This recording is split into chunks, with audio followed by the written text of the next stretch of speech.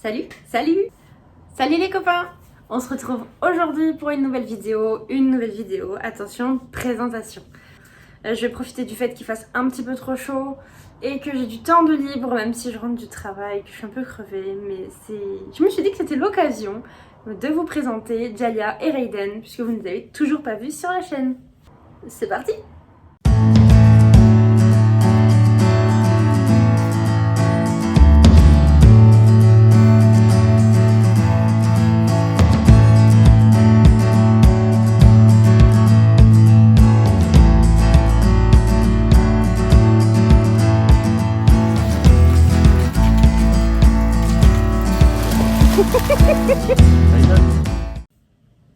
Voilà, du coup je vais essayer de faire assez clair, court et concis.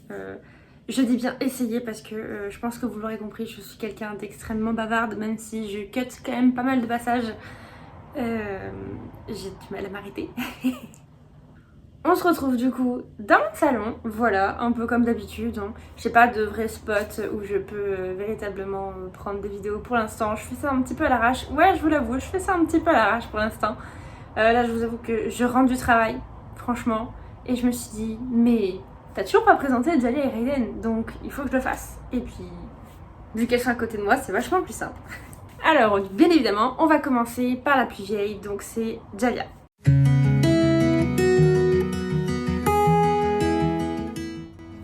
Du coup, Djaliya, c'est une husky sibérienne non-lof qui est née en, si je dis pas de bêtises, 2014. Oui, c'est bien ça. Qui est née en 2014 et qui partage ma vie depuis son sevrage. Je l'ai trouvée dans une annonce, Le Bon Coin, à vrai dire, qui était plutôt bien faite. Voilà, c'était une annonce sur une portée qui venait de naître et il restait 2 chiots à réserver. Donc j'y suis allée et il s'est avéré que... Alors, de 1, les chiots n'étaient pas pucés. Ils n'avaient jamais vu de vétérinaire d'ailleurs. Ils n'avaient jamais été vermifugés. Voilà. Et il en restait donc 2 de disponibles. Et je me suis dit, bon, bah maintenant que je me suis déplacée, je crois que j'avais fait une demi-heure de route. Et je me suis dit, bon, les chiots ne conviennent pas du tout à ce que je voulais. Enfin, je veux dire, ils n'ont même pas le carnet de santé du chiot. Ils n'ont jamais vu. Enfin, ça c'est pas...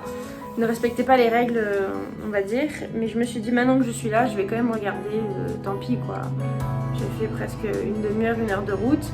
Donc, j'ai regardé un petit peu les chiots. Il y en avait une qui était une petite femelle, noire et blanche, aux yeux bleus. Il faut savoir que j'ai toujours rêvé d'avoir un mâle husky noir et blanc aux yeux bleus. Le coup du sort fait que vous l'aurez bien compris, je ne l'ai jamais vu. Donc il y avait cette petite femelle noire et blanche aux yeux bleus qui m'a ravie. Elle était extrêmement vive, toute pleine de bêtises, mais j'ai eu le grand coup de foudre pour Djaliya. Djaliya qui était le petit chien, on va dire, reclus de la portée. C'était le vilain petit canard. Elle était allongée très très loin de la portée, qui était en train de jouer tous ensemble. Et les proprios m'ont dit non mais vous attendez, je vais vous la chercher. Je dis non mais c'est pas grave. Et donc les propriétaires m'ont dit mais non pas de souci, attendez, je vais vous la chercher. Donc elle était totalement en train de dormir à l'ombre en plus, c'était l'été, enfin c'était début de printemps. Et ils l'ont attrapée, ils me l'ont mise dans les bras et en fait Djaliya a levé ses yeux vers moi et je me suis dit t'es foutu. T'es foutu. Voilà, je me suis dit t'es foutu parce que les chiens ne correspondent pas à ce que tu souhaites. Ils n'ont pas vu de vétérinaire, ils n'ont reçu aucun traitement, aucun vaccin, rien, que dalle. Et je savais que j'étais quand même foutue et que j'allais prendre Djaliya parce que j'étais tombée littéralement amoureuse d'elle, de son regard, de sa façon d'être. Pourtant, elle était très très très peureuse. Et donc je suis repartie avec à la maison. Voilà. S'en est suivi quelques mois. Excusez-moi, je la regarde parce qu'elle me voit à travers la... Elle est sur le balcon. Elle me voit à travers la vitre. Je vous la montrerai après. Quoique. Djaliya, tu viens? Viens mon chien. Viens voir. Coucou. Tu dis coucou? Oh, viens là. Voilà, c'est bien. Attends, on va faire un sort de te voir. Attends. On va faire comme ça. Ah, non. Attends. Assis-toi. Bon, j'attends. C'est bien. Donc voilà la petite Janouille. Bon, comme vous pouvez le constater, elle tousse beaucoup, elle est malade, ne vous inquiétez pas. C'est connu, c'est du vu, du revu. Oui, alors ça ma pépette. Et je vous expliquerai un peu plus tard dans la vidéo pourquoi. Donc voilà, après une acquisition un peu fortuite, on va dire ça comme ça, la demoiselle elle a vu le vétérinaire, tout ça, tout s'est très bien passé. On a vécu combien de temps? On a vécu 1 an et demi avec mon ex-compagnon. Alors on était en appartement, ça s'est tout passé, j'ai envie de dire relativement bien si on oublie quelques détails. Le fait que Dahlia est un ancien chien battu, vous me direz, mais oui, mais en fait tu l'as eu au sevrage à 2 mois, donc je ne comprends pas pourquoi tu dis que c'est un ancien chien battu, etc. En fait c'est mon ex-compagnon qui l'a batté, voilà, clairement. Il n'y avait pas qu'elle d'ailleurs qui battait, mais ça on va pas s'éterniser là-dessus. Au début je me rendais pas vraiment compte, et puis après c'était la catastrophe en fait, et pour elle et pour moi. Et je vais pas m'éterniser sur les détails, mais en gros je suis partie. Voilà, je suis partie de l'appartement avec Dahlia. Et je suis retournée chez mes parents, voilà. Alors moi j'y suis restée véritablement que 3 mois chez mes parents, parce qu'ensuite j'ai fait des études, mes études d'infirmière justement, où je suis partie, j'ai carrément changé de département, je suis partie dans les Landes faire mes études d'infirmière.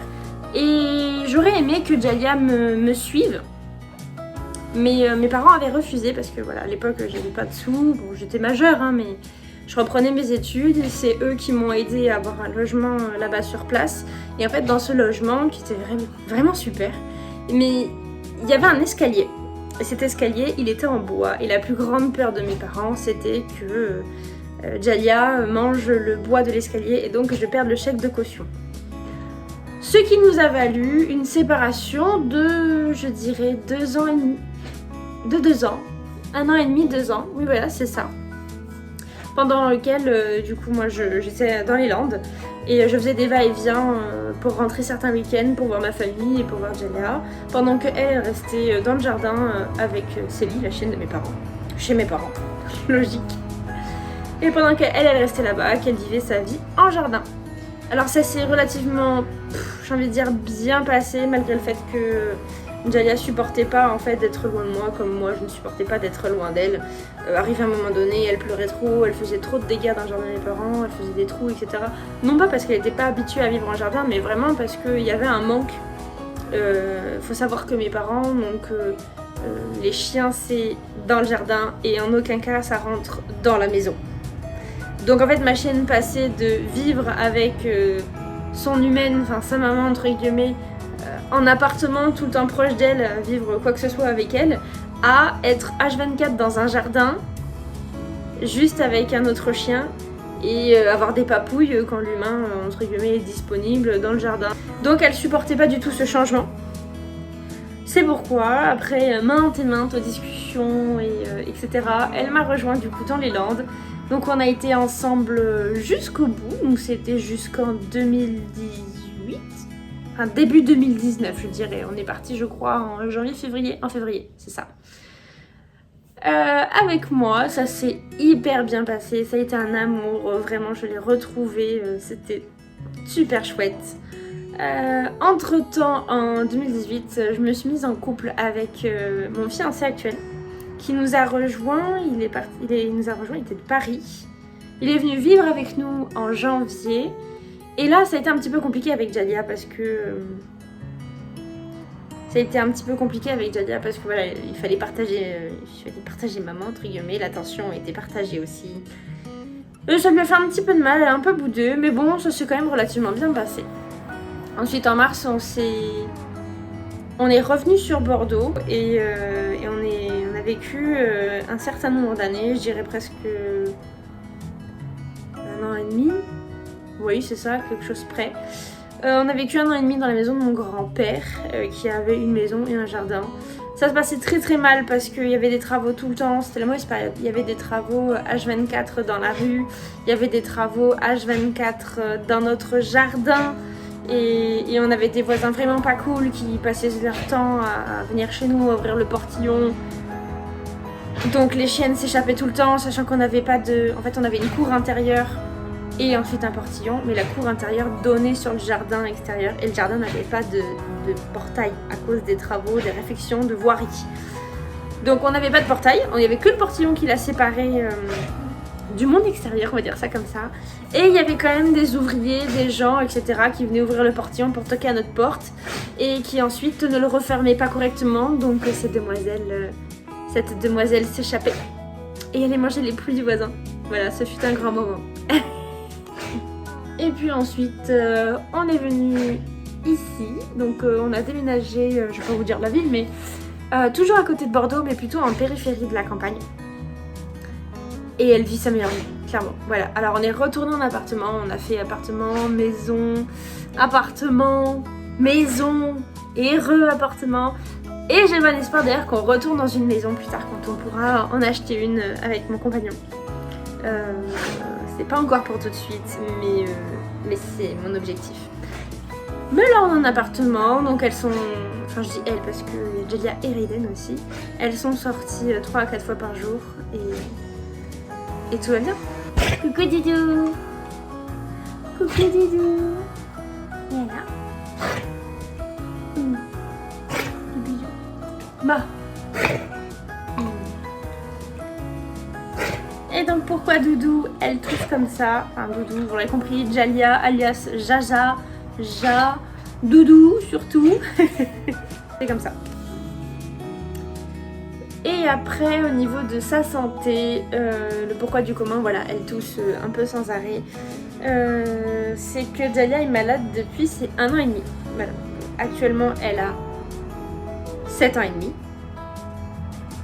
Et on a mis beaucoup de temps, beaucoup de temps à trouver ce qu'elle avait.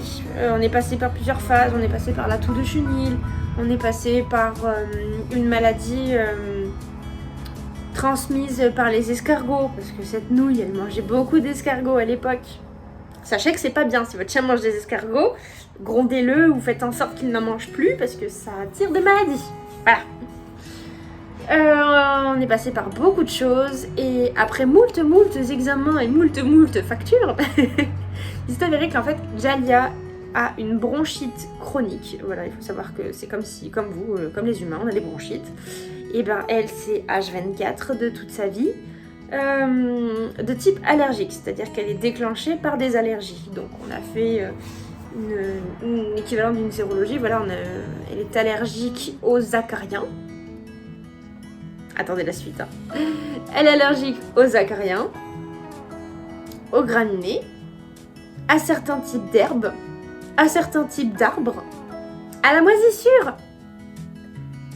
Et je crois que j'en oublie plein d'autres. Oui, je crois que j'en oublie au moins 3. Un truc de dingue pour un chien. C'est complètement farfelu. Enfin, je veux dire, pauvre chien quoi, il est allergique à tout ça. Bref. Et donc, on a essayé beaucoup de choses, des antihistaminiques, on a essayé des corticoïdes, on a essayé des antibiotiques. Il n'y a absolument rien qui fonctionne hormis les corticoïdes. Voilà. Donc, actuellement, Jalia a une très forte dose d'anti-inflammatoires, on va dire ça comme ça. Elle a une très forte dose d'anti-inflammatoires pour pouvoir avoir une vie de chien normale sans trop tousser. Alors elle toussera toujours, mais sans trop tousser. Voilà, sans faire de grosses crises. Et on est arrivé à un tel point, en fait, si vous voulez, on a tout fait, hein, des radios, des prises de sang, on a fait un lavage broncho-alvéolaire avec une caméra qui est venue prendre des photos, des vidéos de ses poumons, avec des prélèvements dans les poumons. Enfin bref, je vous en passe. On a arrêté de batailler. Il faut savoir que Jalia est considérée comme un soin palliatif, si vous voulez. Voilà, c'est-à-dire que là, en fait, on lui laisse sa grosse dose qu'elle a tous les jours, ad vitam aeternam, et ce depuis des années, jusqu'à en fait que ne le supporte plus, jusqu'à ce que ses reins ne puissent plus filtrer ce médicament et qu'il faille l'euthanasier. Voilà, parce que arrêter ne serait-ce qu'un jour le traitement de Jalia, c'est l'avoir dégringolé, c'est l'avoir arrêté de jouer, de courir, de se lever, c'est la voir tousser, cracher, vomir et j'en passe presque tout le temps à tel point qu'elle arrête de bouger parce que si elle bouge, elle redéclenche des crises. Et ça, c'est pas une vie en fait. C'est pas une vie. Voilà. C'est pas très drôle comme sujet. Mais bon, il faut que vous le sachiez, si jamais elle tousse, c'est pas une question de je prends pas soin d'elle, c'est pas une question de quelque chose qui peut être guéri. Malheureusement, voilà, j'ai fait plusieurs vétérinaires, on a fait plusieurs études, plusieurs recherches et en fait, il y a rien à faire. C'est malheureusement comme ça, il y a rien à faire. Après, avec son traitement, elle arrive à avoir une vie de chien un tant soit peu normale. Et tant mieux pour elle. Et c'est un petit peu pour elle aussi qu'on a déménagé avec mon fiancé de la maison de mon grand-père, là où on était. Déjà, on n'en pouvait plus dessus. Je voulais quelque chose aussi à moi. Il faut savoir que à l'époque, mon fiancé était encore étudiant, donc j'ai dû acheter toute seule. Donc je ne pouvais acheter qu'un appartement. À la base, on voulait acheter une maison directement. Ça n'a pas été possible. Bon, c'est pas grave. Et je me suis dit, quitte à retourner en appartement, en fait, autant qu'on soit à la campagne avec une forêt où elle puisse être promenée H24 à l'extérieur, mais dans un endroit cool, parce que franchement, en fait, la maison là où on était, il y avait un petit jardin, oui, mais tout autour, c'était que de la ville. Alors, j'exagère si je dis que c'est du centre-ville, hein, c'est relativement calme, mais il n'y avait pas de... Il y avait que des micro-parcs, enfin déjà il y avait que un micro-parc et sinon autour de nous il y avait trois brins d'herbe. Il fallait forcément prendre la voiture pour faire une balade convenable en forêt, etc. Et c'est pas la vie que je voulais pour elle et surtout maintenant que je sais qu'elle a un soin palliatif et que à tout moment son rein il nous lâche, j'ai envie qu'elle ait une belle vie en fait. Donc pourquoi se priver sachant que nous humains on veut être à la campagne et que ça ne peut être que bénéfique pour les chiennes d'être à la campagne. Et c'est à ce moment-là qu'on a dit, bah, c'est quoi, vas-y, on fonce. Et c'est ce qu'on a fait. Et depuis, Jalia, elle vit sa meilleure vie. Voilà, Jalia, c'est hormis avec de son histoire, Doudou, c'est une chienne qui est très affective. Elle demande beaucoup d'attention, mine de rien. Alors, c'est assez drôle parce que avec l'humain, enfin, on va dire avec sa famille, les humains de sa famille, elle est relativement en demande d'affection, mais avec les autres chiens, c'est plutôt l'inverse. Elle vit en fait sa petite vie. Au niveau de ses qualités, je dirais qu'elle est attachante, très câline, très patiente. Elle adore les enfants. Quelque chose de fou. Voilà, c'est vraiment une boule de poil, c'est une princesse quoi. Et au niveau de ses défauts, je dirais que justement, c'est un petit peu trop une princesse. Voilà, elle a eu beaucoup de choses quand elle était plus jeune. Elle a eu, on va dire, l'attention que pour elle pendant un temps parce que j'ai vécu avec elle. Et Jalia, c'est le genre de chien qui, par exemple, mange très correctement sans en mettre partout, ne se salit jamais, elle ne se baigne pas, ou alors quand elle se baigne, ça ne touche que très rarement le ventre parce que, attention, il faut pas trop se mouiller. Vous savez, la rosée du matin sur l'herbe, c'est de l'eau, ça mouille. Mais ça mouille, on n'y met pas les pattes. Hein. C'est pour vous dire. On ne marche que sur les dalles, ou la pierre, ou le chemin. Mais on ne marche pas dans les fougères. Sauf s'il y a une biche, une poule, quelque chose à courser. Donc c'est assez drôle, c'est une princesse, une chouineuse. Oui, elle chouine beaucoup, elle parle beaucoup. C'est un husky, hein, vous me direz, mais... elle parle beaucoup. Et c'est une chochotte. Oh, qu'est-ce que c'est une chochotte. Et une grande comédienne. Oh, ça fait beaucoup de défauts. Mais bon, je l'aime quand même, promis. C'est une grande comédienne. Franchement, je serais capable de lever mon chausson, de me lever un peu trop vite, qu'elle fermerait les yeux comme ça en pensant qu'il va se passer quelque chose d'affreux. Après, pour cause, voilà, c'est un ancien chien battu, il faut composer avec. Il y a des choses qu'on ne peut pas faire avec Jalia comme on ferait avec un chien lambda. Et je vous retrouve pour Aiden, voilà, avec un joli petit cut parce que je me suis rendu compte que je filmais totalement dans le vide, bien sûr. J'avais complètement oublié de relancer la caméra. Voilà, parce que je voulais commencer avec Raiden à côté de moi. Alors il se trouve qu'elle est allongée ici. Voilà. Bon, vous me direz, vous n'avez pas perdu grand chose, hein. Je me suis pris une attaque de bisous fulgurante. Encore et encore. Des attaques de pattes. Voilà, parce qu'elle voulait absolument me donner la patte. Et du coup, on est reparti pour une présentation, encore pour moi, mais ce sera la première pour vous.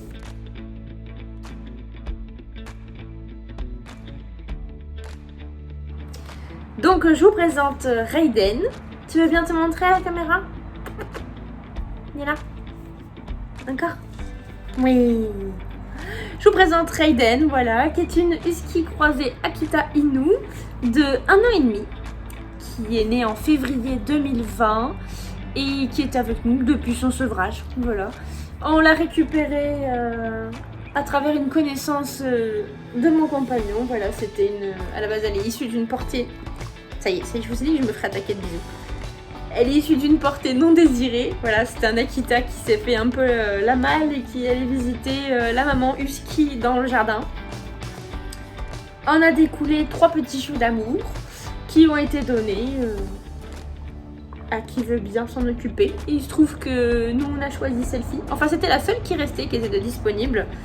Et je pense à cause de sa petite mésaventure. Voilà, parce que quand elle est née, sa mère n'a pas fait attention ou on ne sait pas trop. Bref, en voulant enlever le placenta qui était collé à Raiden, elle l'a blessée. Donc elle a une jolie marque de guerre. Tu veux bien nous la montrer? Qu'est-ce que tu fais? Non, tu veux pas la montrer? Bon, elle veut pas la montrer. Elle a une très grande cicatrice, vous aurez l'occasion de le voir. Une très très grande cicatrice au niveau de la patte avant droite. Voilà, donc c'était une très grosse blessure qui a valu un petit peu de sursis. Le vétérinaire disait en fait soit elle en guérit totalement, et ce qui est un peu peu probable, soit on lui coupe la patte, soit elle meurt. Voilà. Et bien écoutez, regardez-moi cette jolie guerrière ici présente. Elle a survécu et absolument sans aucune séquelle. Voilà, donc ça lui fait une jolie marque de guerre. Ah mon chien. Ou t'as l'air débile comme ça. Ou t'as l'air entièrement débile comme ça. C'est pas grave. Vas-y, couche-toi si tu veux. Et donc c'est une petite guerrière qui est venue au monde en février. On l'a eu 2 mois après, bien évidemment, après le sevrage. Et cette fois-ci, tout était en règle, hein, pas comme avec Jalia. Voilà, quoi vous dire de plus? Ça a été un petit peu compliqué avec la socialisation quand elle était plus jeune, parce que voilà, on a eu pendant le premier confinement du Covid. Et du coup, soi-disant, on avait le droit de promener nos chiens, mais on n'avait pas le droit de rencontrer d'autres maîtres et d'autres chiens pour éviter les contacts, les transmissions, etc. Donc ça a été très compliqué pour elle. Parce que la socialisation quand on est chiot, c'est extrêmement important. Et on savait pas trop si on devait respecter, on va dire, la distanciation sociale, ou si on devait respecter, on va dire, la socialisation du chien. On a fait un peu de l'un, un peu de l'autre. Bref, ça n'a pas trop suffi. Grosso modo, on s'en sort plutôt bien parce que Raiden, c'est un chien qui est relativement très joueur, très avenant. Mais je pense que d'un autre côté, voilà, ça aurait dû être fait un peu plus assidûment, hein, malgré le contexte. Parce que elle est croisée Akita. Que les Akitas sont réputés pour ne pas vraiment se comprendre avec les autres chiens. C'est un problème de communication. Et que je vous avoue qu'à certains moments, surtout avec les petits chiens, elle joue. Je vois entièrement qu'elle joue. Mais comment dire, même si l'autre chien joue en face, si c'est un petit chien, petit à petit, elle commence à avoir les poils qui s'hérissent au-dessus. Et vraiment, moi-même, j'ai toute confiance en ma chienne. Hein, je sais qu'elle va pas le bouffer, mais je vous avoue que je fais pas la fière. Si c'est un petit chien, je fais pas la fière parce qu'arrivé à un moment donné, on peut presque se demander si ça se transforme pas petit à petit en prédation. Voilà. Donc on travaille là-dessus, bien évidemment. Après quand c'est un chien de taille moyenne ou un grand chien, voilà, la question se pose même pas. Mais quand c'est un petit chien, ça dévie. Je trouve que ça dévie, je trouve que c'est plus vraiment très sain comme comportement. Et je pense que c'est là-dessus qu'on aurait dû travailler, hein, parce que Raiden, quand elle était petite, du coup, pendant la période de socialisation, elle n'a connu que de grands chiens, jamais des petits. Et elle a grandi très vite, et je pense que ça a manqué un petit peu. Enfin bref. Sinon, au niveau de ses qualités, je dirais que c'est un chien très affectif, très joueur, très câlin. Quoi vous dire de plus? C'est un amour, c'est de l'amour en boîte. Par contre, au niveau de ses défauts, je dirais trop câlin, trop collante. Et surtout, elle a du mal à gérer ses émotions. Après, je pense que contrairement à Jalia qui n'a pas la santé, Voilà, Jalia, elle a une santé très fragile. Elle a développé complètement son intelligence et Raiden, c'est tout l'inverse. C'est une brute, c'est une cascadeuse. C'est la force incarnée. La brute, je dis c'est le schéma de la brute sans aucune cervelle. Voilà. Voilà. Si je devais décrire ce qu'il y avait dans la tête de Raiden, je dirais un singe intabale. Oui, c'est tout à fait ça. Et très régulièrement, il arrive ces moments où on voit qu'il n'y a plus personne aux commandes et qu'elle court comme une demeurée dans tous les sens. Voilà. Voici Raiden. Enfin voilà pour les présentations. Qu'est-ce que t'en penses, toi? Oh. Raiden? Bisous. Oh, chat. T'as la tête? Oh, chat.